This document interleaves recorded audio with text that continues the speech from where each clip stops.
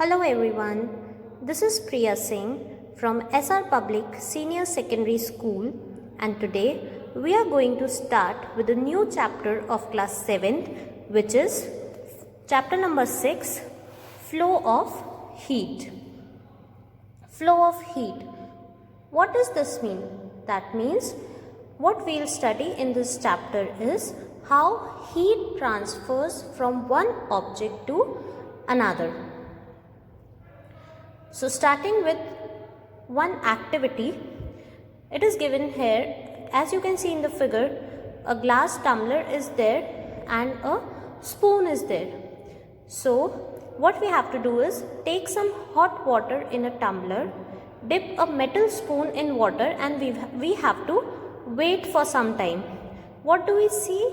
After some time we observe that spoon also becomes hot. That means when we have taken a hot water in a glass and when we put it on the flame, the spoon which is kept in the glass, that also turns hot. This means that heat is transferred from hot water in the tumbler to the spoon, and when we are touching that spoon, we feel hot.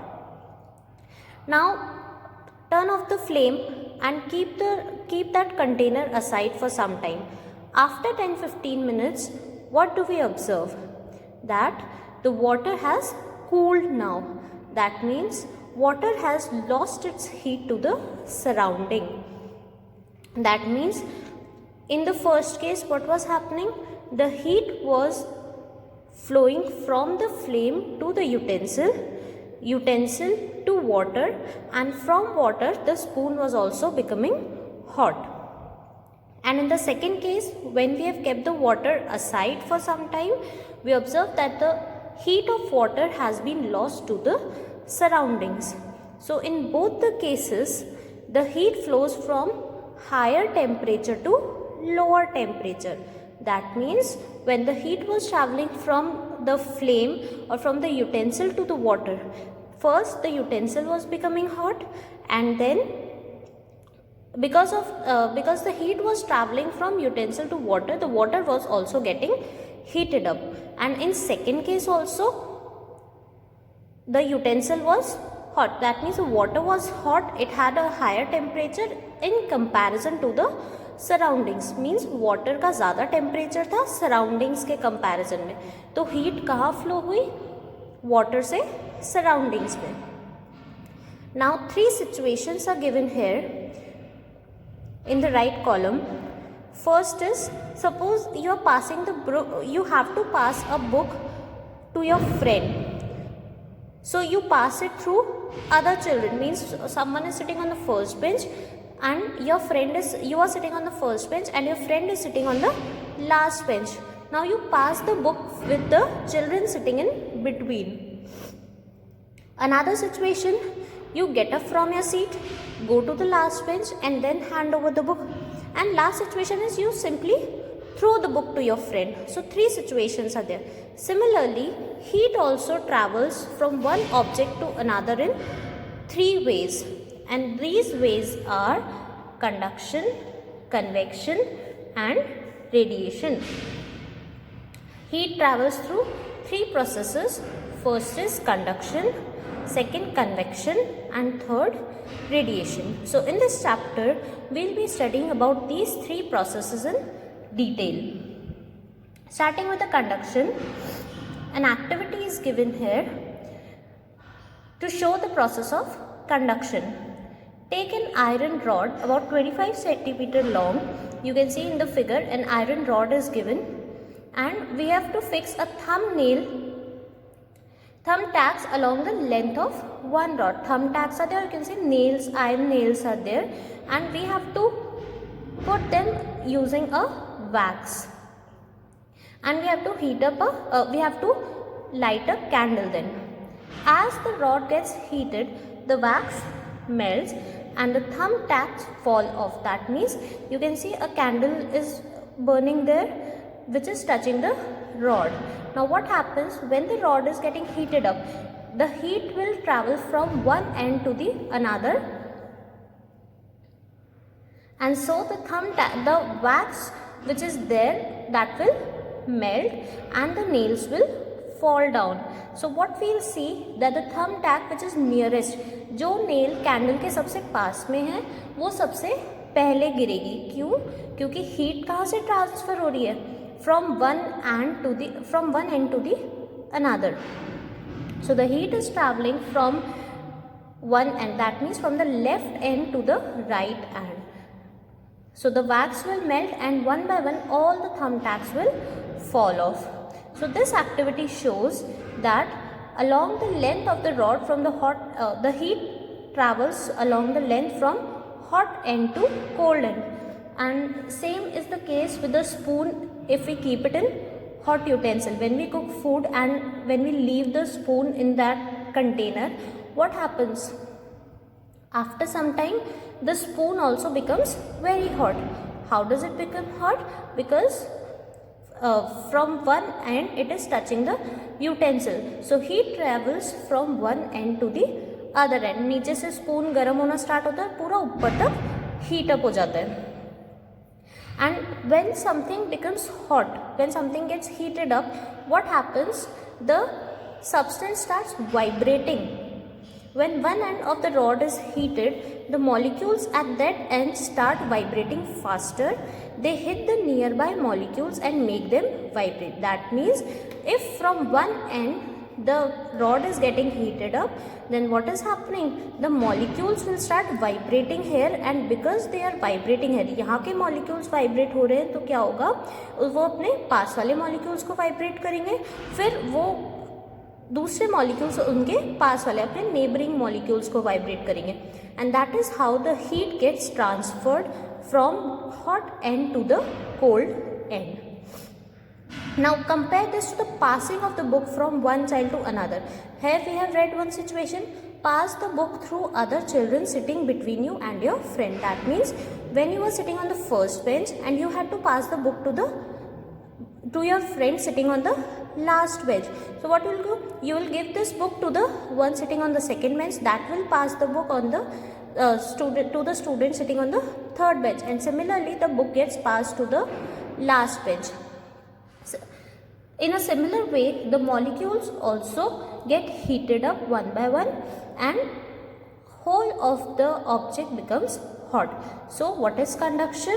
Conduction is the process of transfer of heat in which heat travels from molecule to molecule. That means from the hot end towards the cold end. The molecules themselves do not travel from one end to the another. That means वो अपने आप travel नहीं होते हैं molecules. जब heat transfer होती है तभी मॉलिक्यूल्स वाइब्रेट होना स्टार्ट होते हैं. And when that heat is transferred, heat कब ट्रांसफ़र होती है? when the two objects are in contact and their temperatures are not the same. Their temperature should not be same. That means heat will always flow from higher temperature to lower temperature. अगर कहीं पे equal temperature होगा तो heat flow नहीं हो सकती है. Next topic is conductors and insulators of heat.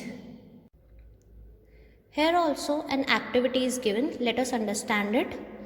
Take some hot water in a tumbler. As you can see in the figure, glass is there and we have taken some water in that, and some objects are kept there like steel spoon, glass rod, plastic, wood, piece of thick copper wire, and we have to dip them in the water and wait for some time. After some time, what we'll observe that the conductors will become hot.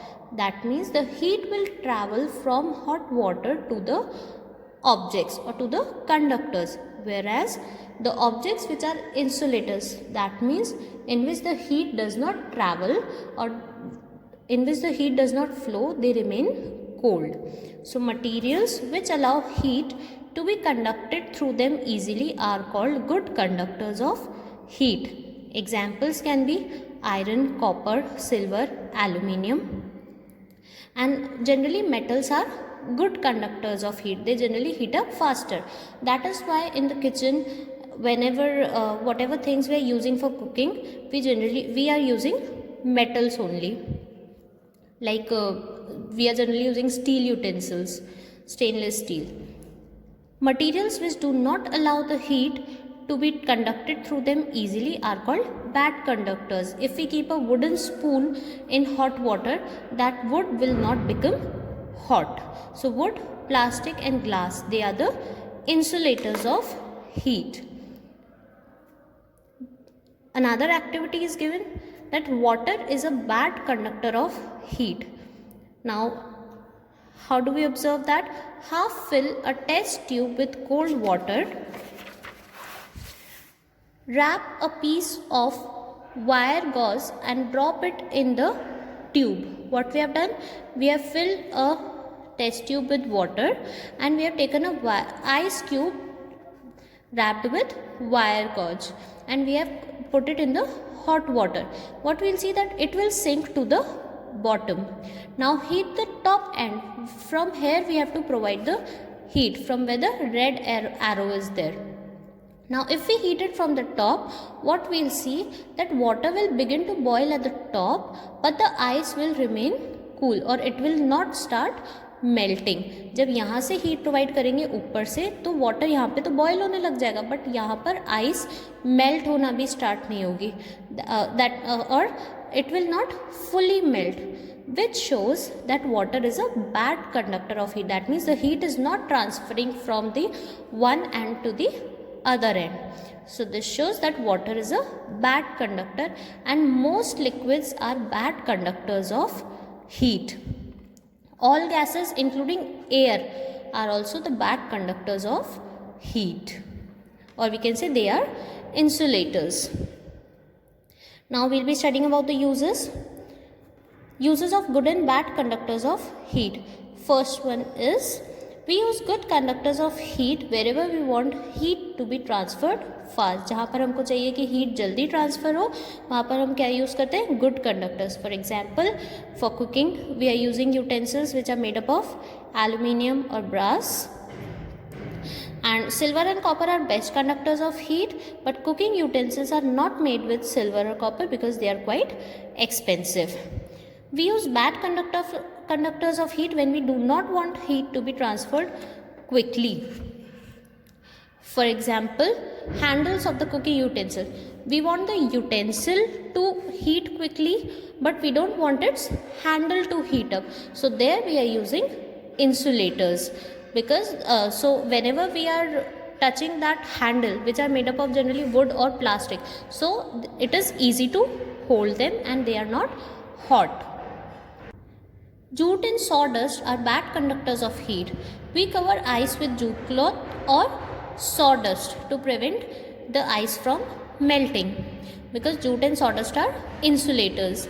Refrigerators, they have double walls and the space in between is filled with the insulating material so that the heat does not travel from surrounding to the inside of the refrigerator. In winters we wear woolen clothes. If we compare them with the cotton clothes, we will find that wool fibers have much more space between them. Woolen fiber में क्या होती है? बहुत ज़्यादा space होती है in comparison to cotton clothes. So this get filled with air, which is a bad conductor of heat. वो जो space होती है उसमें क्या होती है? Air होती है and air is an insulator. So the heat, thus wool and air together prevent the heat from our bodies from escaping out.